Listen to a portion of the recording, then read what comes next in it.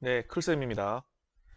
저번 시간에는 주어지는 힌트나 주어진 상황에 따라서 직선의 방정식을 이렇게 구하면 됩니다 라는 내용이었거든. 근데 예를 하나 들어볼게요. 이렇게 좌표 평면이 있는데 어떤 직선이 x축과 수직이 되게 이렇게 그려졌어. 여기 좌표는 예를 들어서 뭐 2. 그러면 이런 직선은 어떻게 나타내야 될까? 만약에 이 값을 2,2라고 해봅시다. 그러면 요점 좌표는 2,0이라고 할 수 있겠죠. 두 점을 지나는 직선의 방정식 배웠거든. 적용시켜 볼게요. 기울기 어떻게 구합니까? 자, 기울기가 x의 차, 2 빼기 2분의 y의 차, 0 빼기 2 또는 2 빼기 0. 그러면 0분의 2 이렇게 나오잖아. 근데 이러한 값이 있습니까? 이러한 값은 없죠. 기울기가 안 나오네. 어떻게 구하지?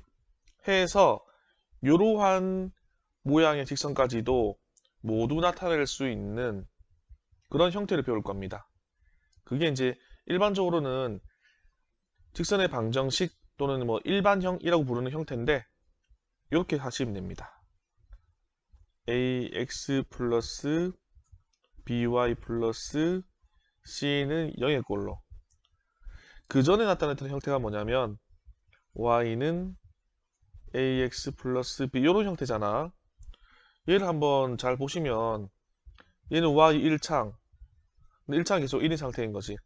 얘는 x 1창, 얘는 상수항.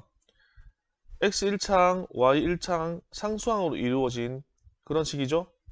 마찬가지야. x 1창, y 1창 상수항으로 이루어진 식이야. 근데 좌변으로 다 몰아놓고 는 0으로 표현하는 거죠. 어떤 차이가 있는 거냐면 이러한 표현에서는 이 직선의 기울기가 얼마인지 y 절편이 얼마인지가 한눈에 바로 보입니다. 그리고 이러한 표현을 쓸 때는 반드시 y는 하고 우변이 정리가 돼야 돼요. y는 하고 그렇게 표현하기로 약속을 하는 식이거든. 쌤, x는 하고 정리하면 안 돼요? 그럼 안 돼. x는 이 우변에 들어가야 돼. 이런 식으로 표현 말고 y는 하고 정리를 해야 되기 때문에 이런 직선이 표현이 안 됩니다. 왜 안 돼요? 기울기 안 나오잖아. 여기 기울기 값이 없는데 여기다 기울기 어떻게 써놓을 거야? 그죠? 그 이유는 이제 이게 함수의 식이라서 그런 겁니다. 함수는 x에 얼마를 넣었을 때 관계식에 따라서 y 값이 얼마가 나오는가 이런 대응 관계에 더 중점을 두고 표현한 그 식이라 그랬지. 그래서 이제 이런 형태를 쓰다 보니까 이런 게 표현이 안 되는 거고 일반적으로 그러면 어떻게 쓰면 됩니까? 이렇게 쓰면은 이런 것도 다 표현이 돼요. 이거 어떻게 되는가 한번 볼까? 참고로 여기 위에 있는 모든 점들의 x좌표는 전부 다 얼마로 나온다고? 전부 다 2가 돼. x좌표가 2가 되는 모든 점을 다 모아놓은 거야. 그래서 x는 항상 얼마? 항상 2. y 값은 모든 실수 y가 다 나오지. 그럼 특별히 y가 얼마라고 표현할 수 있을까? 없겠죠. 그래서 그냥 이렇게 표현하고 맙니다. x는 2가 되는 모든 점을 다 찍어봐라. 그러면 이렇게 찍히겠지. 쫙. 되겠습니까? 이 식을 예로 해석을 해본다면 a가 얼마인 상태이고 a가 1인 상태 x b는 얼마인 상태 0인 상태 c는 이항돼야 되거든. 그래서 마이너스 2인 상태는 0 이렇게 해석해 볼 수 있다는 거지. 그 x는 얘는 소거되고 이항하면 2 되니까 되겠습니까?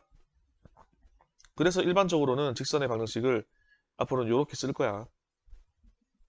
특별히 그래프의 모양이 알고 싶어가지고 기울기나 y절편 알고 싶다 그러면 이제 이렇게 바꾸면 되고요. 그럼 어떻게 바꿔요? 그냥 바꾸시면 됩니다. 이렇게 y는 정리해야 되기 때문에 y가 있는 항을 남겨두고 나머지는 다 이항시켜 봅시다. 마이너스 ax-c. 그러므로 양변을 b로 나누게 되면 y는 마이너스 b분의 ax-b분의 c 이렇게 나와서 이만큼이 기울기, 이만큼이 y절편 이렇게 해석하시면 됩니다. 또한 y축과 수직을 이루는 이러한 직선도 있을 수가 있겠죠. 그럼 이 직선 위에 있는 무수히 많은 모든 점들의 y 값들은 이 점 좌표가 만약에 3이라 그러면 이 직선 위에 있는 모든 점들의 y 좌표는 얼마가 된다고? 3이 된다고. x 값들은 모든 실수 x가 다 대응돼요. 특별히 누구 얼마 이렇게 정의할 수가 없어요. 그래서 얘는 y가 3이라는 값을 가지는 y들을 모두 모아놓은 점들의 모임입니다. 라고 해석을 하시면 됩니다. 되겠나요? 그래서 세로선은 쉽게 말하면 세로선은 x는 얼마의 상수값 가지는 그런 표현을 쓰는 거고 가로선은 y는 얼마의 상수값 가지는 이런 표현을 쓰는 겁니다. 그 값을 가지는 점들을 다 모아놨기 때문에. 얘도 마찬가지로 일반형과 비교해 본다면 a가 0인 상태가 되겠지. 뭐 b는 1인 상태고 c는 2항을 해야 되니까 마이너스 3인 상태입니다. 이렇게 해석을 하면은 별 문제가 없습니다. 지금 배운 내용은 사실은 저번 시간에 배운 내용과 합쳐져야지 하나의 내용이 되는 거거든요. 요 내용과 좀 전에 한 내용은 하나의 내용으로 보시면 됩니다. 그래서 주어진 상황과 조건에 따라서 직선의 방정식을 구하는 방법, 기울기와 y절편을 이용한다. 그리고 한 점을 지난다라고 되어 있을 때는 x의 x좌표를 빼고 y의 y좌표를 빼라. 이렇게 빼서 구한다. 그리고 기울기가 안 주어져 있다. 그러면 두 점이 주어질 거거든. 두 점이 주어지면 기울기를 구할 수 있으니까는 이렇게 구해서 기울기 대신 써라. 그리고 한 점을 지난다 또는 이 점을 지난다라고 해석할 수 있기 때문에 이 점을 지난다 어떻게 알아? 지나니까 값을 빼라. 요 특별한 두 점이 주어진 건데 x절편, y절편이 주어질 때는 x절편분의 x, y절편분의 y는 1 이렇게 공식에 대입해도 괜찮다. 그리고 1차 함수의 꼴, 즉 표준형으로 쓰면은 요런 거 같은 경우에는 식이 써지지 않기 때문에 요런 일반형이란 게 있다. 요 일반형은 어떠한 모양의 직선이든지 간에 모두 표현이 가능하다. 요런 식으로는 해서 얘도 다시 표준으로 바꾸고 싶으면은 이러한 과정으로 다시 표준으로 바꿀 수도 있습니다. 그리고 축의 수직 수평을 이루는 이러한 식들도 표현할 수가 있는데요. A 값이나 B 값, x 1차 한계수나 y 1차 한계수가 0이 되었을 경우에는 이런 현상이 나타난다. 그래서 모든 x 값이 다 똑같은 값 가지면은 x는 그 값, 모든 y 값이 다 똑같은 값 가지면은 y는 그 값. 이렇게 해서 직선의 방정식을 표현할 수 있다. 까지 내용을 알아두시면 됩니다. 오늘은 여기까지.